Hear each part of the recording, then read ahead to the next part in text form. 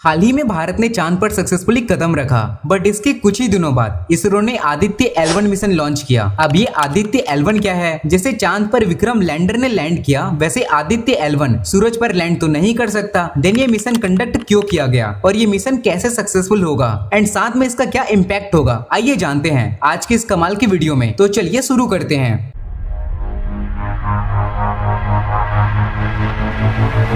2 सितंबर 2023 इस दिन भारत ने आदित्य L1 मिशन लॉन्च किया। देखिए, आदित्य का मतलब होता है सन, जो कि संस्कृत से ही लिया गया शब्द है। बट L1 क्या है दोस्तों? इसका मतलब होता है लैग्रेंज पॉइंट। देखिए, आपने साइंस के चैप्टर में ग्रेविटेशनल फोर्स के बारे में जरूर पढ़ा होगा, जिसमें एक ऑब्जेक्ट दूसरे ऑब्जेक्ट को अपनी ओर खींचता है। ये ग्रेविटेशनल फोर्स पृथ्वी, सूरज से लेकर और भी दूसरे सेलेस्टियल बॉडीज में मौजूद होता है। हम पृथ्वी पर मौजूद है और चल फिर पा रहे हैं क्योंकि यही ग्रेविटेशनल फोर्स हम पर अप्लाई होता है। साथ में आपने न्यूटन के third law, every action is an equal and opposite reaction के बारे में जरूर पढ़ा होगा। मतलब एक तरफ जहां सूरज अपने ग्रेविटेशनल फोर्स से पृथ्वी को खींच रहा है, तो बदले में पृथ्वी भी इस ग्रेविटेशनल फोर्स को सूरज पर अप्लाई करता है। और एक पॉइंट ऐसा होता है जहां दोनों के फोर्सेस बैलेंस हो जाते हैं। अब इसे ही ना लैग्रेंज पॉइंट कहते हैं। दोस्तों, ऐसे टोटल 5 पॉइंट एग्जिस्ट करते हैं जो आपको स्क्रीन पर दिखाई दे रहा होगा। अब इनको L1, L2, L3, L4 और L5 कहते हैं। L2 पॉइंट पर नासा का जेम्स वेब टेलीस्कोप मौजूद है, जो यूनिवर्स की कमाल की पिक्चर और दूसरे इवेंट को कैप्चर करता है। दोस्तों, L पॉइंट्स बेहद स्पेशल है, खास करके L1 पॉइंट, क्योंकि यहाँ पर सूरज और पृथ्वी दोनों के गुरुत्वाकर्षण बल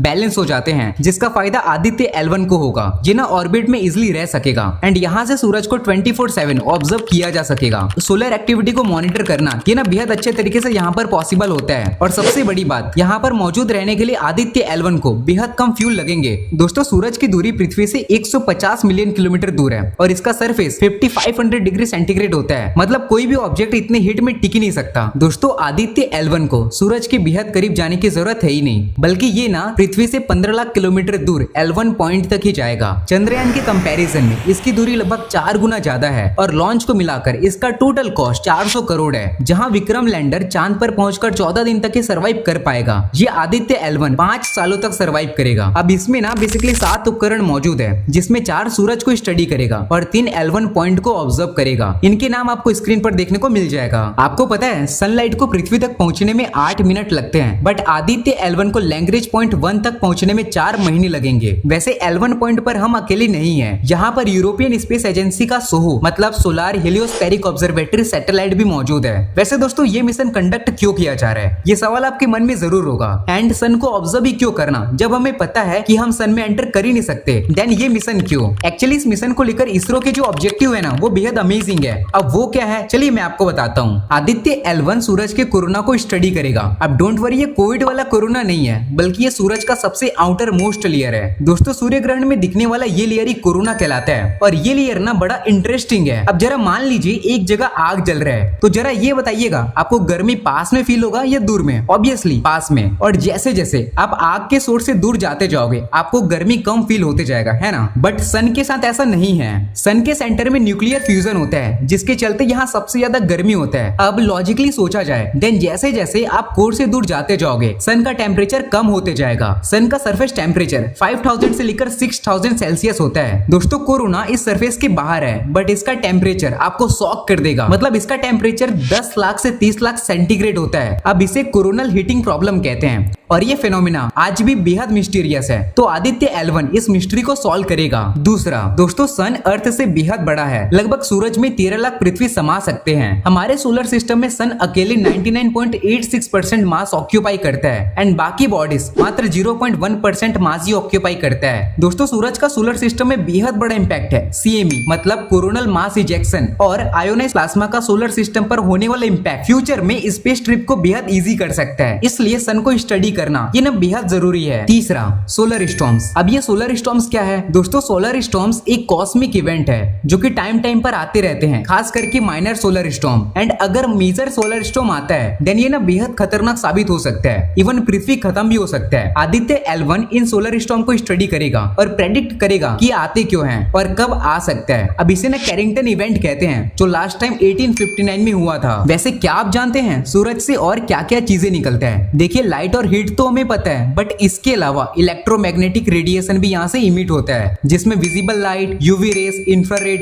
रेडियो वेव्स, एक्स रेस और गामा रेस शामिल है। अब ये ना बेहद हार्मफुल रेडिएशन रेडिएशन होता है, बट इनसे हमारी पृथ्वी हमें प्रोटेक्ट करती है। इसके अलावा यहाँ से सोलर विंड भी निकलता है। दोस्तों सोलर विंड बहाव है चार्ज इलेक्ट्रॉन और प्रोटॉन का। ये सोलर विंड जब धरती के मैग्नेटिक फील्ड से इंटरेक्ट करता है देन नॉर्दर्न लाइट देखने को मिलता है। अब ये नजारा खास करके स्वीडन, फिनलैंड और आइसलैंड में देखने को मिलता है। दोस्तों इस तरह ये वीडियो यहीं पर समाप्त होता है। मैं उम्मीद करता हूँ इस वीडियो से आपने काफी कुछ सीखा होगा। और हाँ, आप किन किन टॉपिक पर वीडियो पाना चाहते हैं हमें कमेंट करिए। एंड वीडियो पसंद आया हो तो लाइक एंड सब्सक्राइब जरूर करिए।